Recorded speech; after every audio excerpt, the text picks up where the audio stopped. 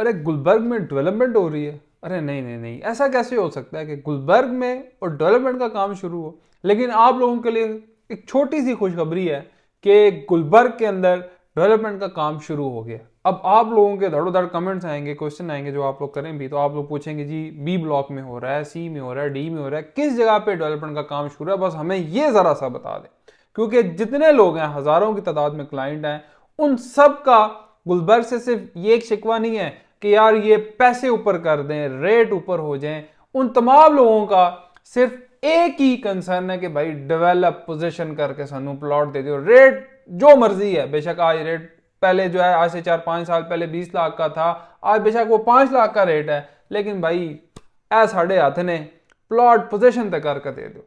लेकिन ये खुशखबरी जो मैं आपको देने जा रहा हूं, ये जो ड्रीम हाइट्स के पीछे या रिफा यूनिवर्सिटी किसी ने देखी हो, जो व्यूवर्स जिन्होंने विजिट किया, या किसी ने नहीं भी किया तो मैं बता दूं, रिफा यूनिवर्सिटी गुलबर्ग में जो बनी है, इसके साथ जो एक एग्जीक्यूटिव की कटिंग आई थी, एग्जीक्यूटिव 1 एंड 2, उसके अंदर सोसाइटी ने भरपूर तेजी से काम शुरू कर दिया है। अब सोसाइटी ने कहा जी कि जो जो लोग इंस्टॉलमेंट हमें टाइमली देते रहेंगे, हम उनको डिलीवरी देते रहेंगे। भाईजान ये प्लॉट लो, घर बनाओ, साड़ी जान छो। लेकिन अब एक और चीज है, जो एग्जीक्यूटिव के अंदर 1 के अंदर या 2 के अंदर जो काम हो रहे हैं, वो नैब के प्लॉट के अंदर हो रहे हैं। एक और ब्लॉक है जिसके अंदर डेवलपमेंट का काम शुरू है, वो भी आपको मैं एंड में बताता हूं। अब एग्जीक्यूटिव की बात जरा कर लेते हैं।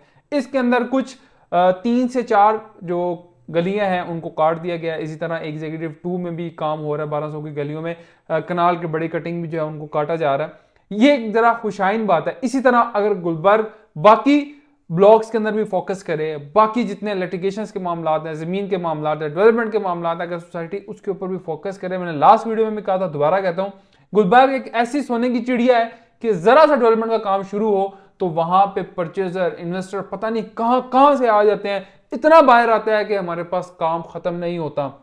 अभी एक एग्जीक्यूटिव में काम है, लोगों के पास पहले इंफॉर्मेशन जा चुकी थी कि यार एग्जीक्यूटिव 1-2 के अंदर काम शुरू होने लगा है, लोगों ने धड़ोधड़ परचेजिंग की। अभी भी बाहर आ रहे हैं जिनको पता है कि यार ये डेवलप हो के पोजीशन के ऊपर आएगा तो इसके अंदर रेट बढ़ेंगे। और डेफिनेटली कुछ लोग कह रहे थे कि चांसेस हैं, लेकिन मैं आपको 100% कहता हूं, ये पोजीशन के ऊपर डेवलप हो के पोजीशन के ऊपर प्लॉट आ जाते हैं तो आपके वारे न्यारे हो जाने हैं। चलो रेट एक तो इंक्रीज हो गया, दूसरा आपको मौके के ऊपर बड़ी प्राइम लोकेशन, अच्छी लोकेशन है, मौके के ऊपर आपको प्लॉट मिल जाएगा। अब दूसरी तरफ आपने ये भी देखा है कि शरह सूद में कमी आई है, इंटरेस्ट रेट कम हो गया।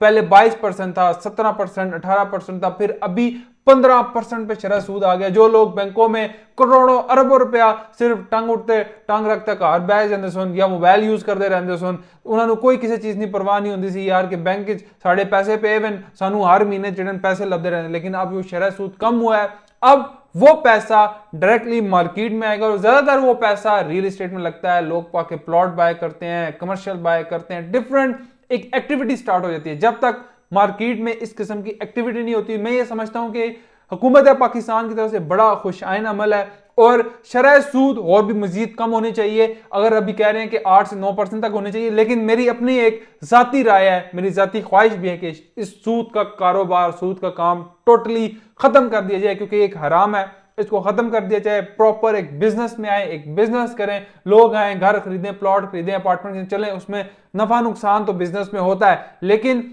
ये जो एक सिलसिला चल गया था, बैंक में फिक्स डिपॉजिट कर लें, हर महीने की इनकम आ जाएगी और वो पैसे आपके वहां पे भी सेव, इस वजह से भी बड़े मामला डिस्टर्ब होते चले। एक पॉलिटिकली इंस्टेबिलिटी तो आई थी, लेकिन ये भी साथ साथ मामलात, बहुत सारे छोटे छोटे फैक्टर्स भी थे जिनकी वजह से ये मामलात बने। अब जैसे मैंने आपको बताया था कि एग्जीक्यूटिव 1 में, 2 में डेवलपमेंट का काम हो रहा है, इसी तरह बाकी और किसी ब्लॉक में नहीं हो रहा। इसके बाद अभी जो डेवलपमेंट का काम शुरू होने वाला है वो आपका एफ एग्जीक्यूटिव में अगले आप 2 से 4 महीने में देखेंगे, नेक्स्ट ईयर में, कि आपका उसके अंदर काम शुरू हो जाएगा।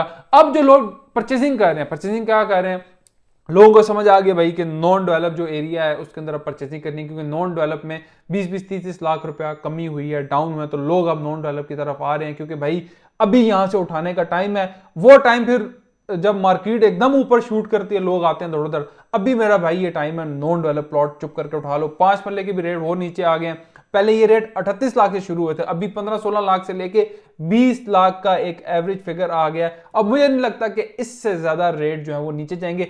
5 मरले के नॉन डेवलप प्लॉट आप 15-16 से लेके 20 लाख तक ले सकते हैं। इसी तरह 7 मरला आप ले सकते हैं, 30-40 लाख से 50-55 लाख तक नॉन डेवलप ले सकते हैं। 10 मरला प्लॉट आपको 70-80 लाख का मिल जाएगा। कनाल का प्लॉट आपको नॉन डेवलप 1 करोड़ के आसपास मिल जाएगा। बहुत अच्छी प्राइम लोकेशन पे चीजें अवेलेबल हैं with plot number, LOP, NOC clear project के अंदर आप ये चीजें ले सकते हैं।